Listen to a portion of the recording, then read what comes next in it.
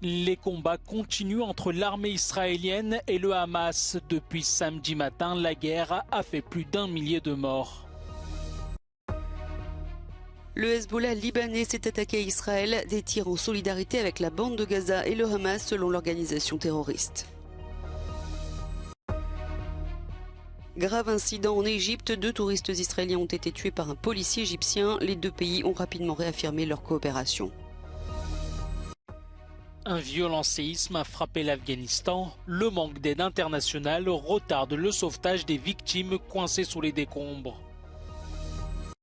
Les partis de la coalition d'Olaf Scholz ont subi une lourde défaite lors des élections régionales en Hesse et en Bavière. Les conservateurs sont les grands gagnants.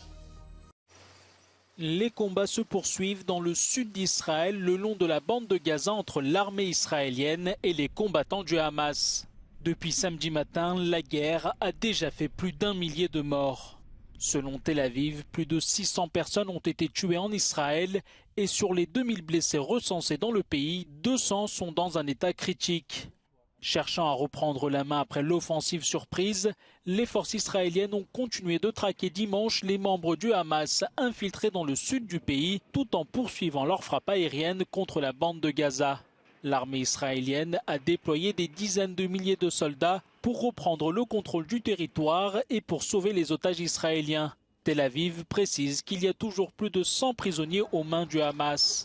En représailles, Israël a également suspendu les livraisons d'électricité, de nourriture et de biens vers le territoire palestinien.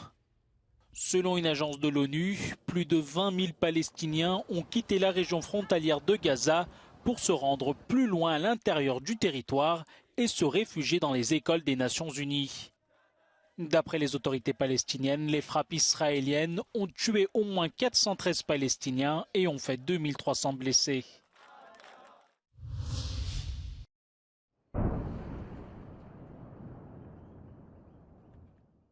Au lendemain de l'attaque surprise sans précédent du Hamas depuis Gaza, le Hezbollah a lui aussi tiré des obus d'artillerie et des missiles guidés sur des positions israéliennes dans un secteur contesté à la frontière entre le Liban et Israël.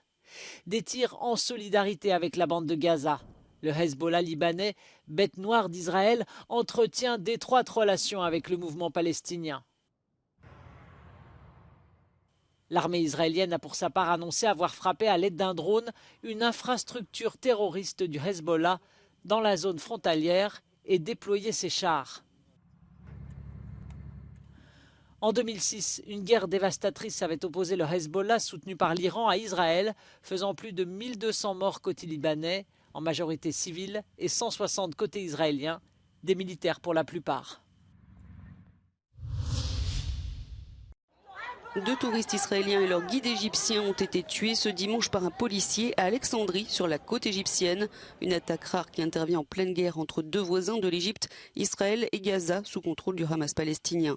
Selon un média proche de l'appareil sécuritaire égyptien, un policier a tiré à l'aveuglette avec son arme personnelle sur un groupe de touristes israéliens à Alexandrie. Le policier auteur des tirs a été arrêté. Après l'incident, le président égyptien Abdel Fattah al-Sisi s'est entretenu au téléphone avec le Premier ministre israélien et les autorités des 2 pays se sont empressées de réaffirmer leur coopération. Les pays occidentaux expriment leur soutien inconditionnel à Israël et condamnent durement le Hamas. Le président américain Joe Biden a assuré que le soutien de Washington était solide comme un roc. Il a mis en garde toute partie hostile à Israël contre la tentation de profiter de la situation, alors que le secrétaire d'État américain Anthony Blinken s'entretenait avec le dirigeant palestinien Mahmoud Abbas et avec des responsables égyptiens.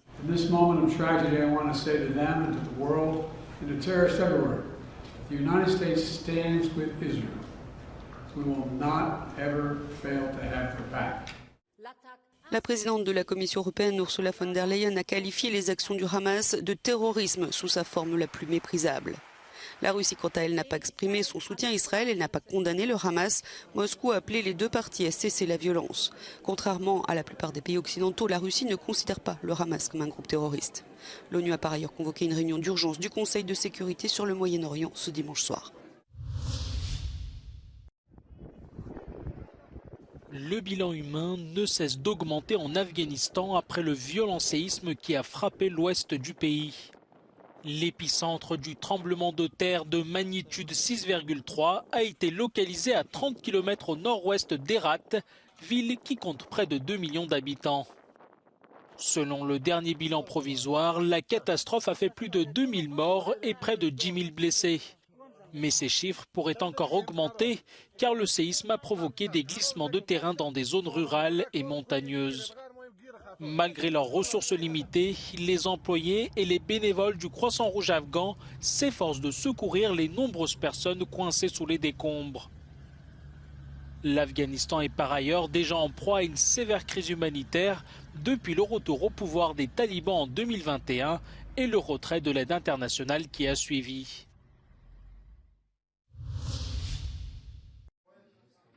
C'est un coup dur pour le chancelier allemand Olaf Scholz. Les trois partis de la coalition de centre-gauche ont subi une lourde défaite dimanche lors des élections régionales en Hesse et en Bavière. À mi-mandat, le gouvernement d'Olaf Scholz est ainsi sanctionné dans des élections où l'inquiétude de la population face à la crise industrielle et à la question migratoire ont joué un rôle central. Selon les estimations, les conservateurs ont remporté comme attendu les deux élections. En Bavière, le leader de l'Union chrétienne sociale, Markus Söder, a certes remporté le scrutin, mais avec un résultat en baisse. Avec 36,5%, il enregistre le plus mauvais score de son parti depuis plus de 70 ans. Ce résultat pourrait fragiliser ses velléités présumées de devenir un jour chancelier. En Hesse, l'Union chrétienne démocrate, menée par un inconnu, Boris Rhein, décroche 34,7%, un score en nette hausse comparé à 2018. De son côté, le parti d'extrême droite, Alternative pour l'Allemagne, pourrait prendre la seconde place dans les deux États. La campagne électorale avait été marquée par des débats principalement axés sur des questions telles que le contrôle des frontières et l'arrêt de l'immigration. L'AfD confirme ainsi son envolée dans les sondages au niveau national où il recueille entre 20 et 22% des intentions de vote. Ces manifestants habitent en Catalogne, mais sont contre l'indépendance de leur région du nord de l'Espagne. Ils défilaient ce dimanche contre l'opération de séduction du Premier ministre sortant Pedro Sánchez, qui veut amnistier les séparatistes catalans poursuivis par la justice. En 2017, ces derniers avaient tenté de faire sécession. Aujourd'hui, Pedro Sánchez a besoin de ces voix indépendantistes pour rester au pouvoir, et les anciens parias exigent la grâce en échange de leur soutien.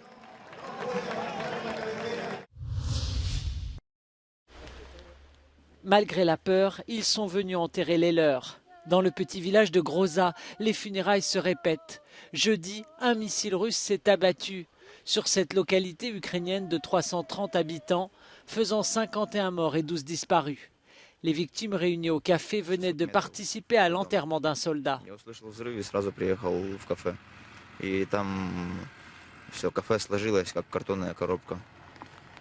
И все, я сразу начал помогать, вытаскивать тела, искать своих родных. Да, папу нашел, а маму и бабушку так и не опознали.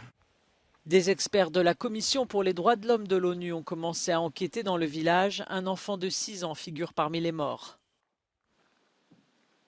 La Russie affirme qu'elle ne frappe que des cibles militaires.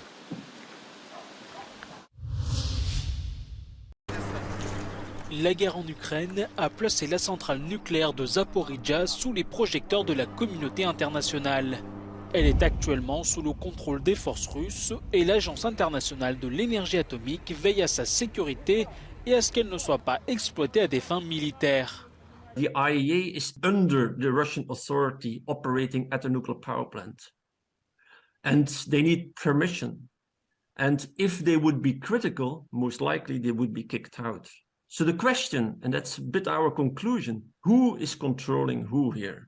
Is it the IAEA controlling the Russian occupation, or is it the Russian occupants controlling the IAEA? The asset of the IAEA being there, they are at the same time observers, and they are people who can convey the findings to the outside world in a real time. They can interview the people, they can talk to the people, they can the management. They can talk to various places. Yes, they have some restrictions in the movements. They cannot be everywhere, but it's 10 times better than some satellite imagery which doesn't see what happens under the roof.